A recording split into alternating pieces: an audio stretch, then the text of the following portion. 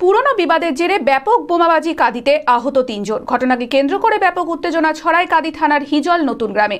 খবর পেয়ে ঘটনাস্থলে কাঁদি থানার পুলিশ এসে আহতদের উদ্ধার করে কাঁদি মহকুমা হাসপাতালে ভর্তি করে। তবে ভোটের আগে এই বোমাবাজির ঘটনায় রীতিমতো আতঙ্ক ছড়িয়েছে এলাকাবাসীদের মধ্যে। গোটা ঘটনা তদন্ত শুরু করেছে পুলিশ। এলাকায় মোতায়েন রয়েছে পুলিশ বাহিনী। মানসিক স্বাস্থ্যের জন্য সবার আগে যে নামটি মনে ভেসে ওঠে, সুস্থ মনের ঠিকানা মনোবীক্ষণ। যোগাযোগ নাম্বার 7477799516। সোমবার রাতে কাঁদি থানার হিজল নতুন গ্রামে ব্যাপক বোমাবাজি। ঘটনাকে কেন্দ্র করে ব্যাপক চাঞ্চল্য ছড়ায় এলাকায়। বোমাবাজিতে আহত হয় ৩ জন। আহতদের নাম সুভান শেখ, ওসমান শেখ ও বানি ইসরাইল। খবর পেয়ে ঘটনাস্থলে কাঁদি থানার পুলিশ এসে আহতদের উদ্ধার করে কাঁদি মহকুমা হাসপাতালে ভর্তি করে। আহত সুভান শেখ বলেন, তারা কংগ্রেস কর্মী। পঞ্চায়েত ভোটে টিকিট না পেয়ে এলাকার কয়েকজন নির্দল হয়ে ভোটে দাঁড়িয়েছিল, তারাই এই বোমাবাজি করেছে। আমি ঘুমের অবস্থায় ছিলাম, তখন রাত্রি 11:30 বাজে।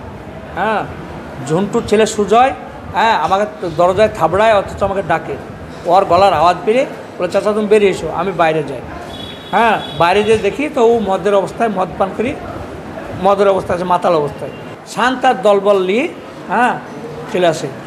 এসে বলে যে কি কালকে বলবে, যা বলবে আজই এক্ষুনি বলবে, এক্ষুনি করতে হবে বলে। ওরা 8 জন ছিল, যখন বলছে আমরা 3 জন। আমরা কংগ্রেস দল করি। মেরেছে ওই ঝন্টুর ছেলেরা, এরা নির্দল করে। আগে কংগ্রেস সবাই করতো, কোনো রাজনীতি বিবাদ নাই, কোনো বিবাদ নাই।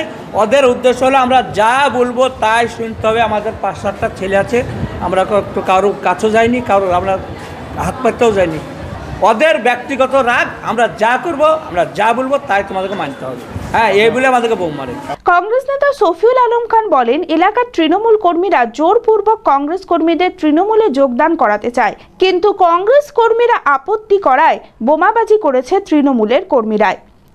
ঘটনাটা কালকে রাত্রিবেলায় আমাকে হঠাৎ আমাদের অঞ্চল সভাপতি হাসান শেখ ফোন করে যে আমাদের লোকদেরকে বোমবিং করে ইনজিওর করে দিয়েছে। কোন জায়গাটায়? হিজল নতুন গ্রাম। আমি সঙ্গে সঙ্গে আইসি সাহেবকে বললাম ঘটনাটা, যে এরকম ব্যাপার। আইসি সাহেব বললে এখনই ফোর্স পাঠাচ্ছি। ফোর্স যাওয়ার পরে তারপরে আমি আইসি সাহেবকে বললাম যে দেখুন 4 জন থেকে 5 জন ইনজিওর হয়েছে। দিয়ে বলছে এটা আপনি ভুল খবর দিচ্ছেন, ইনজিওর কেউ হয়নি।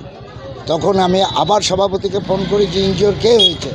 তখন নজরুল শেখ আর শাহজাহান শেখ বোধহয়, এরা 2 জনা মিলে ইনজিওর হয়ে পড়ে আছে, আপনি ভালো করে দেখুন, দিয়ে রিকভার করুন। আইসি পরে বললো যে হ্যাঁ ইনজিওর হয়েছে।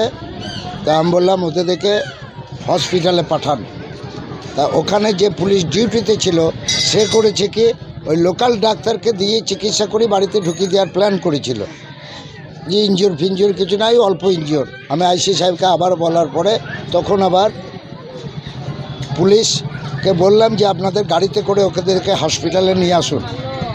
হসপিটালে পুলিশের গাড়ি আনেনি, ওখানে মোটর সাইকেলে করে বাধ্য হয়ে ওদেরকে নিয়ে এসে রাত্রিবেলায় ভর্তি করা হয়। আইসি সাহেব বললো যথাযথ ব্যবস্থা নেব। কালকে রাত্রিবেলাতেই বললো, কিন্তু কালকে রাত্রিবেলায় ওরা চারিদিকে ঘুরে বেড়াচ্ছিল, কোনো রকম তাদেরকে অ্যারেস্ট করা হয়নি। আজকে সকালবেলায় এখন কি পরিস্থিতি জানি না, এখন আমরা যাচ্ছি যে মেয়েগুলা ইনজিওর হয়েছে তাদের কাছে দেখা করতে যাচ্ছে। কারণ ওরা বলেছে যে আমাদের সঙ্গে এই রাত্রিবেলায় তোদেরকে যোগ দিয়ে আমাদের সঙ্গে ঘুরতে হবে, ভোট করতে হবে। ওরা বলেছে তা কি করতে হবে, আমরা যাব না।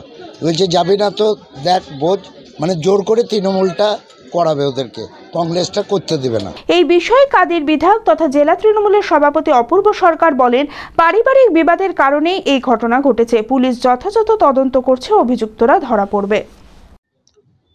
দেখুন, অভিযোগ সবাই করতে পারে, অভিযোগ করার জায়গায় কোথাও তো বাধা নাই।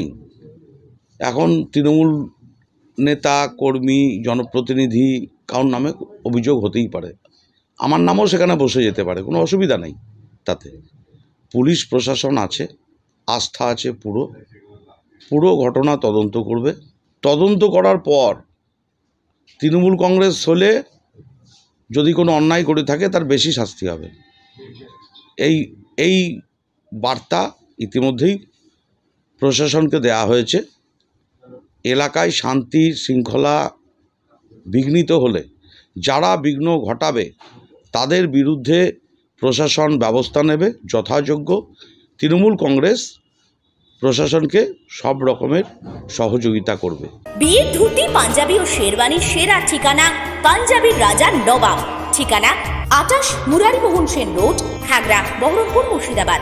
যোগাযোগের নম্বর 9732 888 000।